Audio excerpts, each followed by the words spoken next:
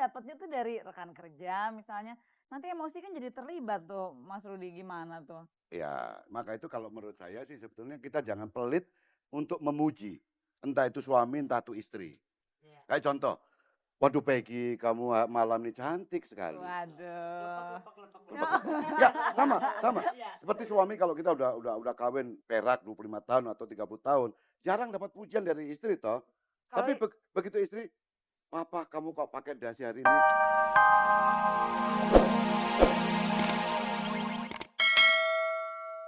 pemirsa, seorang istri yang baru saja menemukan kalau suaminya itu berselingkuh sedang menangis di hadapan suaminya. "Pak, kita kan udah kawin selama 10 tahun. Kenapa sih kok baru sekarang papa berselingkuh?" Begitu tanya istrinya sambil menangis. Mendengar istrinya bertanya seperti itu, sang suami kaget dan dia balik bertanya, "Aduh Ma, kenapa baru sekarang sih Mama ngingetin papa? Mestinya dari dulu dong waktu tahun pertama kita menikah."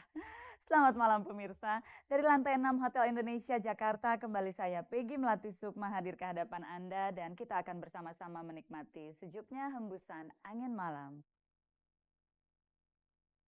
Pemirsa, katanya perselingkuhan itu menjadi fenomena di kalangan mereka yang sibuk.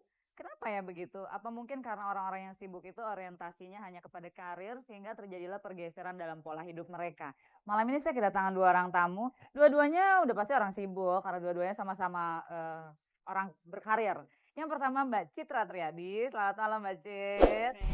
Dan yang kedua, waduh, ini yang dahsyat terus nih, kuat terus nih, pantang kendur. Mas Rudi, salam. Selamat malam Mas Rudi. Malam Peggy. Malam ini ngobrolnya sama Mbak Citra dan Mas Rudi, padahal biasanya pap, Bu, gitu kan. Oke, kita malam ini mau ngobrol soal mencegah perselingkuhan nih Mbak Citra, Mas Rudi. Benar nggak sih kalau menurut Mbak Citra kalau orang-orang yang berkarir itu lebih rentan terhadap perselingkuhan? Karena mungkin orientasinya itu karir, sehingga waktunya untuk memikirkan hal-hal yang sifatnya rumah tangga yang sebetulnya menciptakan kebersamaan itu jadi lebih sedikit dibandingkan orientasi karirnya. Gimana Pak? Piye ta? Enggak, saya kurasa ya itu pada pribadi juga akhirnya lagi ya. Karena kalau perselingkuhan itu kan kalau saya nih ya, perselingkuhan itu ada dua nih, ada yang positif sama negatif. Ya, gimana tuh Mbak Citra bedanya positif sama negatif? Ya karena kan definisinya dulu apa tuh Ya, perselingkuhan itu sampai batas apa, gitu kan. Kan ada yang berselingkuh tapi saling memotivasi ya, maksudnya memberi semangat. Itu kalau kayak gitu nggak apa-apa tuh? Tapi dengan tanda kutip Iya. tidak ada hubungan apa-apa. Oh iya. Ya, itu kan saling ya mungkin karena perselingkuhan itu bisa terjadi dari saling ya curhat ya bercerita ya udah jelas lawan jenis kan nggak mungkin kan. Dari situ kemudian timbullah ide-ide atau misalnya dorongan-dorongan. Nah tapi memang kalau menurut saya kitanya yang harus sudah tahu batasannya sampai di mana nih. Jadi nggak melulu lebih kepada orang-orang yang berorientasi karir gitu nggak ya? Soalnya kan orang yang berkarir tuh pap lo langsung lepasan. Orang-orang yang berkarir tuh kan Mas Rudi lebih punya kesempatan untuk bertemu dengan berbagai macam orang dari segala lapisan dan lingkungan yang berbeda. Malah mungkin waktu yang dihabiskan dengan orang lain tuh lebih banyak daripada dengan pasangan. Mungkin kalau saya ada dua definisi perselingkuhan. Perselingkuhan secara fisik dan perselingkuhan batin. Ya. Ada juga orang yang mungkin dia takut inilah, takut dosa, takut ini, akhirnya dia cuma berselingkuh secara batin aja gitu. Nah tadi Anda mengatakan bahwa kebanyakan orang yang sibuk lah, berkarir. Kalau menurut saya juga enggak juga, tergantung orang juga. Rumah tangga ada loh yang berselingkuh. Katanya. Itu katanya. Iya. Jadi kalau menurut saya sih, saya kira tergantung pada pribadi masing-masing ya.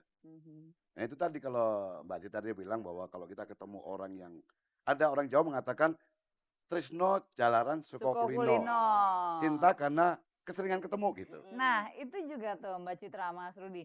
Kalau misalnya kita orang yang berkarir, kita kerja, kita sibuk di luar rumah, tentunya ada tension gitu atau ada kondisi-kondisi stres Dimana pada saat itu mungkin kita butuh ada seseorang yang bisa menghibur, bercanda dan lain sebagainya. Dan tiba-tiba dapatnya tuh dari rekan kerja misalnya. Nanti emosi kan jadi terlibat tuh, Mas Rudi, gimana tuh? Ya, maka itu kalau menurut saya sih sebetulnya kita jangan pelit untuk memuji. Entah itu suami, entah itu istri.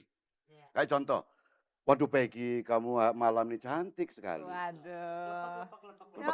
Ya, sama. Iya. Seperti suami kalau kita udah kawin perak 25 tahun atau 30 tahun, jarang dapat pujian dari istri toh. Tapi begitu istri, "Papa, kamu kok pakai dasi hari ini keren sekali kayak Rudi Salam." Nah, dia kan seneng sekali kan gitu. Kan gitu.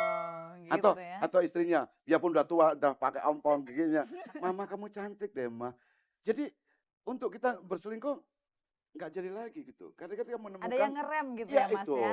keharmonisan kembali lagi gitu loh. Mbak Citra setuju? Maksudnya apa itu juga Mbak Citra terapkan dalam berumah tangga dengan Mas Darwis? Karena kalau ya tadi bisa terjadi dengan orang yang sibuk ya.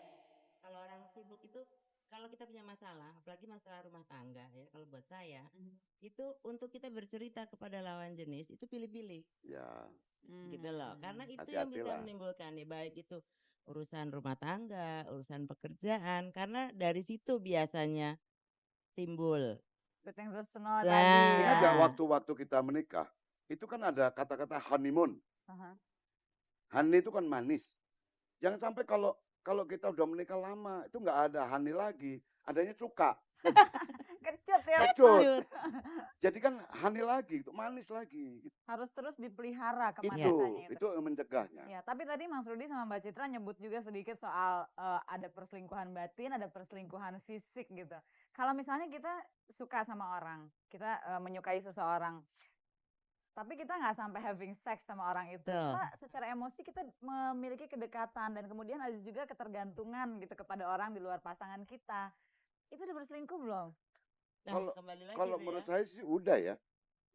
Udah berselingkuh tuh? Makanya Waduh, berselingkuh batin susah dong aja. kalau gitu kawin. Berselingkuh batin aja. Kan kalau boleh kita boleh jujur, kadang-kadang pas having sex, kadang-kadang muka orang lain kelihatan.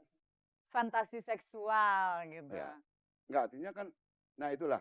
Kalau kita tidak menjaga keharmonisan tadi, itu kan bisa terjadi itu. Tapi perselingkuhan batin juga kalau misalnya kita bisa terbuka dengan pasangan kita ya bahwa itu jadi kayak seorang sahabat kan. Siapa? Yang orang yang diajak berselingkuh ini? Yang perselingkuhan batin kita ini ya. Jadi kita ada satu ketergantungan untuk saling berkomunikasi tanpa ada hubungan badan. Tapi ya. pasangan kita tahu gitu, Kalau Mbak. pasangan kita diberitahu mungkin ya tergantung lagi kepada manusianya ya. Ada yang justru senangnya karena apa namanya si pasangan kita yang nggak tahu jadi deg-degan walaupun baru batin udah deg-degan. Tapi kalau boleh jujur saya kira kalau dikasih tahu marah. Oke, nanti kita terusin ngobrolnya pasti lebih seru nih soalnya udah bawa-bawa yang marah. Oke, pemirsa jangan kemana-mana, kita akan teruskan obrolan ini tapi kita akan simak dulu kehadiran satu lagi teman saya, Syaharani.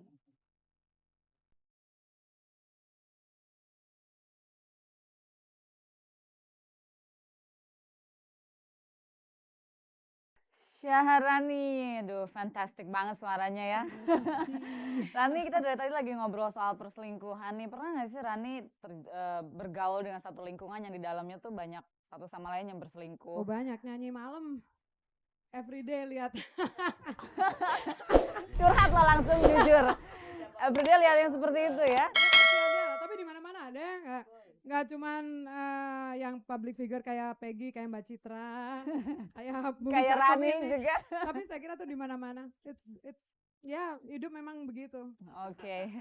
Makasih ya Rani. Nanti nyanyi lagi buat kita ya. Oke. Ya. Oke Pak. Pak terus nggak susah nih mulutnya dirubahnya. Pak tuh nomor berapa sih?